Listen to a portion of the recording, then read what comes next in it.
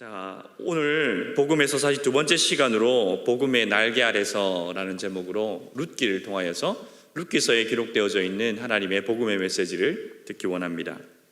룻기는 사사시대 베들레헴에서 살던 한 가족이 기근과 흉년을 피해서 모압으로 내려가는 것으로부터 시작합니다.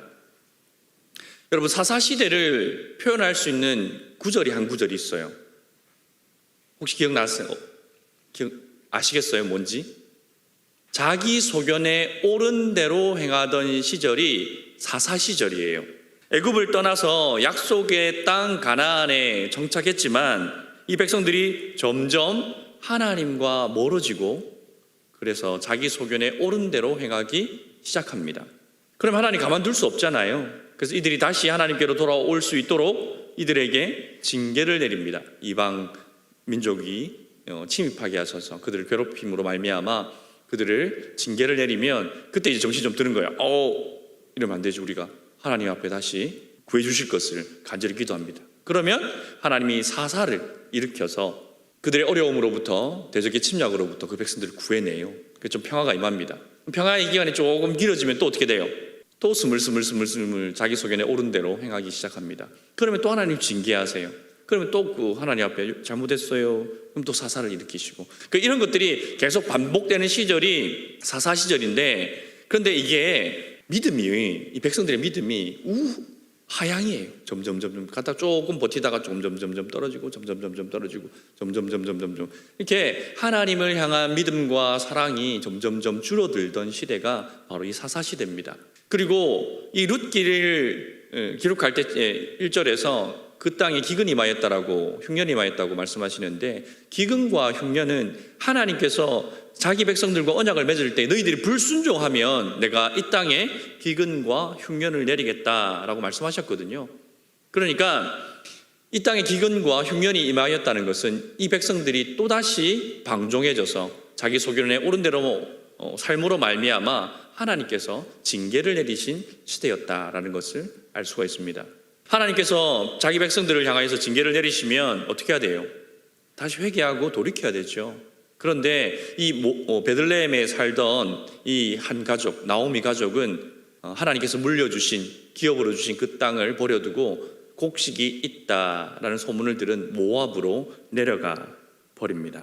그런데 기근과 흉년을 피해서 모압으로 내려오긴 했는데 이게 웬일입니까? 더 큰 불행을 만나게 됩니다. 남편이 그곳에서 죽고 또 두 아들도 그곳에서 죽고 맙니다. 고대 사회에서 집안에 남자가 없다라는 것은 경제 활동을 할 수 있는 사람이 없다라는 거예요. 경제 활동을 할 수 없으니 먹고 살 방법이 없는 거죠. 또 고대 사회는 우리가 지금 살아가는 것처럼 치안이 잘 준비되어져 있는 시대도 아니거든요. 그러니까 이 가족을 지켜줄 사람도 없는 거예요. 그래서 나오미와 남겨진 두 자부, 며느리들은 이제 살 방도가 없습니다. 거기에 더하여서 이 사람들은 모압 땅에서는 이방인들이잖아요. 그래서 더 이상 살 방도가 없는데 저기 고향에서 소식이 들려옵니다. 하나님께서 그 땅에 식량을, 양식을 주셨다라는 소식을 듣고 안 되겠다. 이제 다시 고향으로 돌아가야겠다라고 나오미가 마음을 먹습니다. 나오미는 돌아가면 되는데 이제 남겨진 두 자부들이 문제죠, 며느리들이. 그래서 나오미가 내가 다시 아들을 낳아가지고 너희들에게 남편을 줄 수 있는 상황도 안 되고 어떻게 내가 너희들을 다시 같이 가자고 말할 수 있겠니? 이제 다시 친정으로 돌아가거라 라고 말합니다. 처음에는 둘 다 헤어질 수 없습니다 라고 눈물을 흘리지만, 그러나 첫 번째 며느리인지 모르겠습니다만 한 며느리는 시어머니 나오미의 그 권면을 듣고 친정으로 돌아갑니다. 그런데 룻은 끝까지 시어머니를 따라서 베들레헴으로 다시 돌아오게 됩니다. 그렇게 남편과 두 아들을 잃어버리고 빈털터리가 되어서 젊은 과부 며느리만 데리고 다시 고향으로 돌아왔는데 금이환영이 아니잖아요. 좀 잘 살아보겠다라고 모압 땅에 가서 뭔가 이민 가서 좀 이렇게 성공해 보겠다고 내려갔다가 남편도 잃고 두 아들도 잃고 빈털터리가 되어서 돌아온 나오미를 향하여서 동네 사람들 수군거리지 않겠습니까? 어떤 사람들은 불쌍히 여겨주는 사람도 있을 테지만 어떤 사람들은 아유 내 저래 될 줄 알았다, 이런 얘기를 듣기 딱 십상이죠. 그래서 나오미는 기쁨과 행복이란 뜻을 가진 나오미, 자기의 이름을 이제는 고칩니다. 나오미라 부르지 말고 괴로움을 뜻하는 마라라고 불러달라라고 얘기합니다. 나오미의 마음이 얼마나 착잡했는지, 그리고 얼마나 낙심이 되었는지 자기의 이름조차도 바꾸어 버립니다. 그래서 고향으로 돌아왔어요. 돌아왔는데 뭐 이 땅이라고 해서 모압 땅이랑 다를 게 없거든요. 여자들이 할 일이 없어요. 그래서 할 수 있는 일이라고는 추수할 때에 추수꾼들이 앞에서 곡식을 베어 나가면 나락이 좀 조금씩 떨어질 거 아닙니까? 그래서 그 나락을 줍는 일 말고는 할 수 있는 일이 없습니다. 그래서 룻이 보리를 추수하는 밭으로 나갑니다. 그래서 한 밭으로 가서 추수꾼들의 뒤를 따르면서 떨어진 나달들을 주워서 식량을 구하려고 하죠. 근데 바로 그때 그 추수밭에서 베들레헴의 유력자인 보아스를 만나게 됩니다.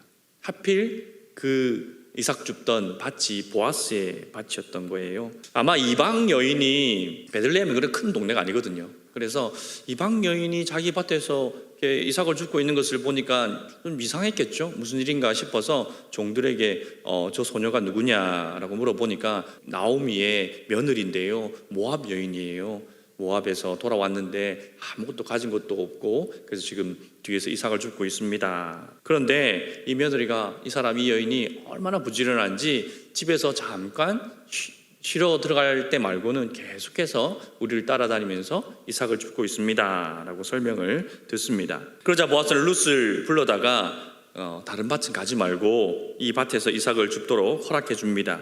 그리고 추수하는 이들에게는 룻을, 그 소녀에 대하여서 해코지하거나 또는 구박하지 말고, 또 물이 필요하면 물도 주고, 또 먹을 것이 있으면 먹을 것도 주고, 또 일부러 단에서 곡식을 좀 빼서 소녀가 죽어갈 것이 있도록 해라 라고 특별하게 배려를 하게 됩니다. 그 이후로 룻은 보아스와의 관계를 맺어가다가 나오미의 먼 친척이고 기업을 물을 책임이 있다는 것을 알게 되고, 결국 룻은 보아스와 결혼을 합니다. 그리고 그 둘 사이에 오벳이라는 아들이 태어나게 되죠. 오벳은 다윗의 조부입니다. 할아버지입니다. 그렇게 비극으로 시작했던 룻기는 아름다운 행복한 희극으로, 해피엔딩으로 마무리 짓게 됩니다.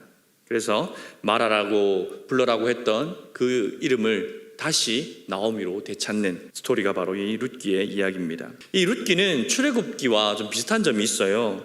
둘 다 기근을 피해서 고향을 떠나죠. 출애굽기에서 야곱의 가족들은 그 땅에 기근이 들었기 때문에 양식이 있는 애굽에서로 내려가게 되고 요셉의 도움으로 애굽에서 내려가게 되죠.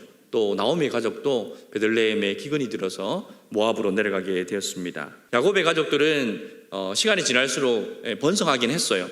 그래서 그 민족을 이룰 만큼 크게 융성하긴 했지만 요셉을 알지 못하는 새로운 왕이 들어서자 그들이 노예로 전락하게 되고, 그래서 아주 인생의 가장 밑바닥으로 떨어지게 됩니다.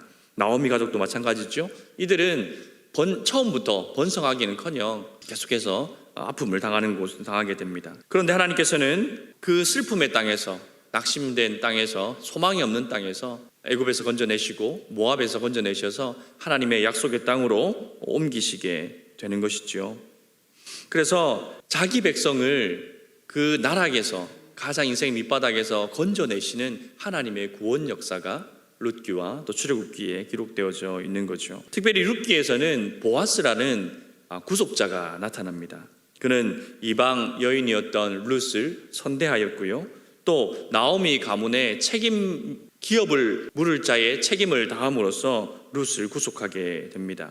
근데 이 보아스가 룻을 만났을 때 룻에 대하여서 이렇게 평가를 합니다. 11절에 보니까 이스라엘의 하나님 여호와께서 그의 날개 아래에 보호를 받으러 온 내게 온전한 상 주시기를 원하노라.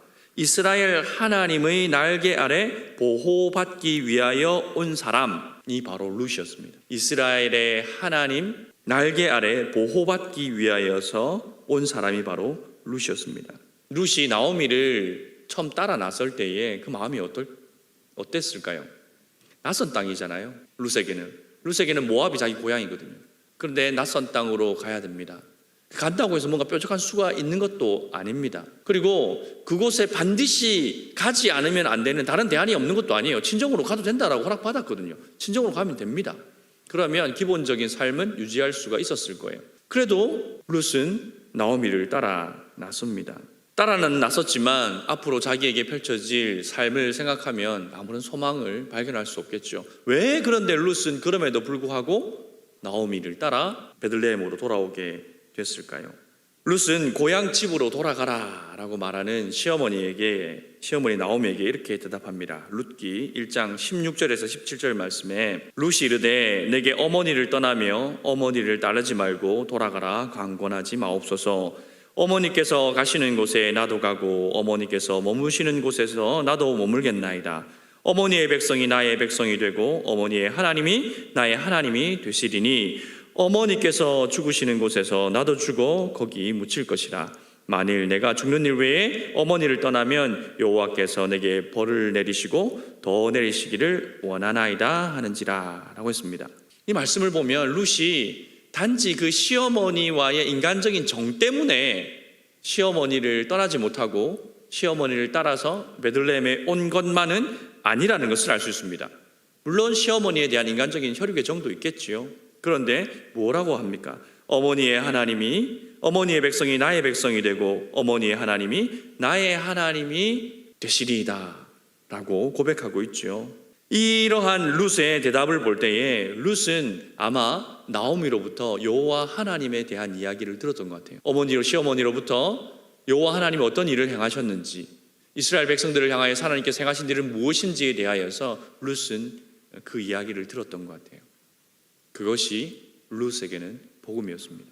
모압의 백성으로 살 때는 아무 상관이 없었던 그 여호와 하나님이 이제는 자기의 하나님이 되기를 소원하는 마음으로, 하나님께 선택받았던 이 이스라엘 백성이 전에는 나와 상관이 없는 이방 민족이었는데 이제는 내가 그 하나님께 선택을 받은 하나님의 백성이 되기 원하는 마음으로 룻은 나오미를 따라 베들레헴으로 오게 된 것이죠. 룻은 베들레헴으로 돌아갔을 때에 나를 보호해 줄 외부적인 어떠한 조건도 없었지만 여호와 하나님께서 살아계시다면 나를 책임져 주시고 나를 보호해 주실 것이라는 확신이 있었던 것 같아요. 그래서 나오미를 따라, 시어머니를 따라 낯설고 물설은 이 베들레헴으로 오게 된 것이죠. 이러한 룻을 향하여서 하나님께서는 그 믿음을 보시고 룻을 향한 모든 준비를 갖추어 놓고 계셨습니다.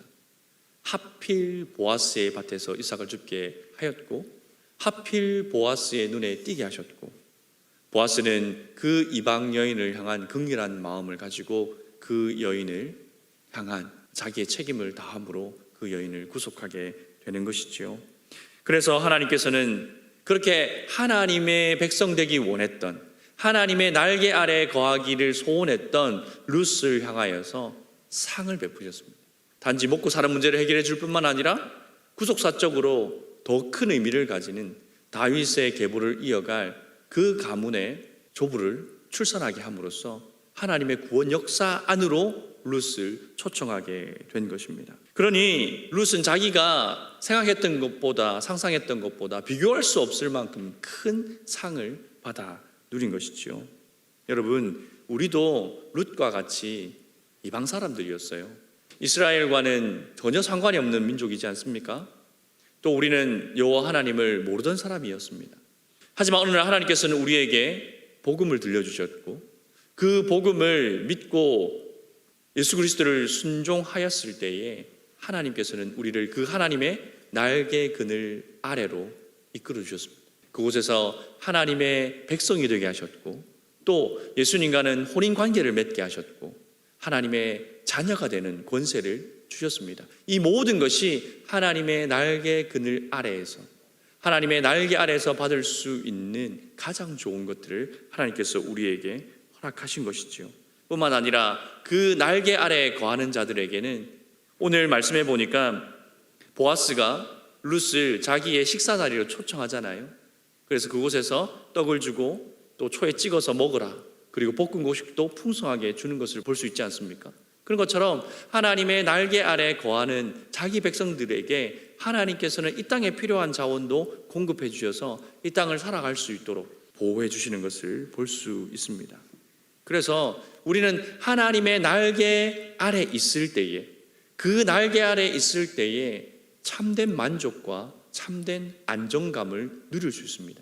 그런데 우리는 하나님의 날개 아래 있는 것보다 다른 날개 아래 있을 때의 안정감을 누리려는 옛사람의 경향성을 가지고 있어요. 여러분에게 안정감을 주는 날개는 어떤 날개입니까?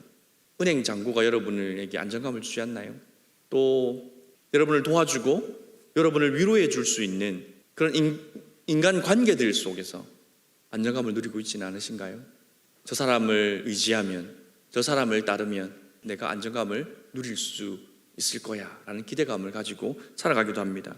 때로는 내가 가지고 있는 자격증 또는 졸업장, 이것들이 내 삶을 책임져 줄 것이다 라는 그곳에서 안정감을 찾으려고 하기도 하고요. 또 든든한 직장이 있을 때에 이 직장이 나에게 안정감을 줄 것이야, 내가 이 직장에 그 날개 아래 있으면 내 삶은 든든하고 만족을 누릴 수 있을 거야 라고 그렇게 의지할 때가 많습니다. 근데 지금 말씀드린 이 모든 것들이 영원한 것들이 아니에요. 한 번씩 뱅킹 들어가가지고 보면 잔고가 남아있는 거 보면 이게 뿌듯하잖아요, 그죠? 거기서 안정감을 누리고 기쁨을 누리는데, 근데 그 잔고 언제 없어질지 몰라요. 여러분이 지금은 나를 도와주고 나에게 위로를 베풀어주고 나에게 친절을 베풀어주고 사랑을 베풀어주는 그 사람, 언젠가는 여러분들에게 상처를 주는 사람으로 돌변할 수도 있습니다. 지금은 정년까지 보장된 것만 같은 이 든든한 직장도요, 어느 순간 내가 해고될지 알 수 없는 곳입니다. 영원하지 않은 것들에 우리 안정감을 두고 살면 우리의 안정감도 온전하게 확보될 수가 없습니다. 그렇게 우리는 사라질 것들, 변할 것들에게 우리의 안정감을 두고 살아서는 안 되는 것이죠.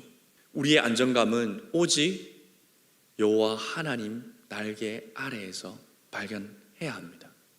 그곳에 머물러 있을 때에만 우리는 참된 만족과 참된 평안과 참된 안정감을 누릴 수 있습니다. 룻을 보십시오.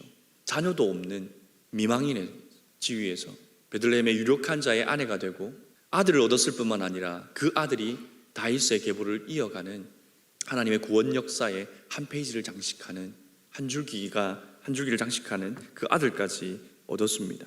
놀라운 상급을 하나님께서 허락하여 주셨던 것이지요. 만약 룻이 친정으로 돌아갔다면 이런 것들 누릴 수 없었습니다. 룻이 만약 친정으로 돌아갔다면 우리가 룻의 이름을 알기는 알겠습니까? 모르겠죠. 그저 고대에 이름 없는 한 여인으로 인생이 끝이 났을 것입니다.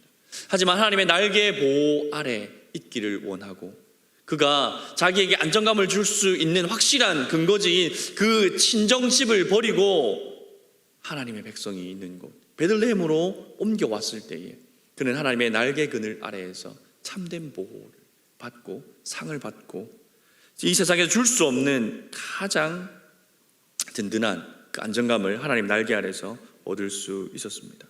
그러니 여러분, 우리가 복음이 이끄는 대로 살아가는 것이 우리가 누릴 수 있는 최고의 안정감입니다.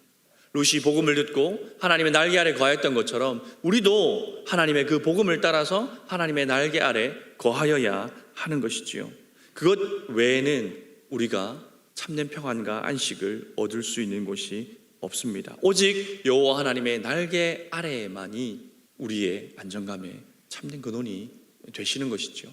그러니 여러분, 지금 여러분들에게 안정감을 주고 있는 것들 또는 내가 저것을 얻으면 안전한 삶, 안정감을 누릴 수 있을 것만 같아서 막 추구하려는 그것들도요, 조금은 내려놓으세요. 그거 없어도요, 하나님의 날개 아래 있다면 그것 없이도 나는 충분히 만족할 수 있고 나는 충분히 행복할 수 있고 나의 삶은 충분히 복되고 아름다울 수 있습니다. 그 위에 여러분들이 추구하는 것들을 올려놓아야 돼요. 그래야만 기초가 무너지지 않기 때문에 더 큰 행복과 만족을 하나님께서 그 위에 부어주시는 것이지, 복음 말고 하나님 날개 아래 말고 저것만 있다면, 저 사람과 가까이 지낼 수 있다면, 내 통장의 잔고가 조금만 더 올라갈 수 있다면, 내가 조금 더 안정적인 직장을 가질 수만 있다면, 내가 더 나은 자격증 저것만 따기만 하면 나의 삶이 더욱더 윤택해지고 행복해질 것이라는 것, 그 신기루 같은 것들이에요. 그것도 필요 없다는 얘기는 아닙니다. 그것들도 하나님의 날개 아래에서 그것들을 쌓아 올려야 가야 하는 것입니다. 그래서 때로는 그것이 사라진다 할지라도, 또는 그것이 내가 얻지 못한다 할지라도 그것 때문에 슬퍼하고 우울해하고, 그래서 내 삶은, 나의 인생은 가치 없는 삶, 가치 없는 인생, 이번 생은 글렀어 라는 그런 푸념이 나오지 않을 수 있는 겁니다. 우리의 안정감은 오직 하나님의 날개 아래 있을 때에 얻을 수 있습니다. 복음은 우리를 그 날개 아래로 이끌어주는 하나님의 복된 음성입니다. 그 음성을 듣고 하나님의 날개 아래 거하게 되시는, 그래서 그 안에서 안정감을 누리고 그 속에서 모든 것을 공급해 주시는 하나님의 복과 상을 누리는 여러분들의 삶이 되시기를 주님의 이름으로 축원드립니다. 우리 함께 기도합시다.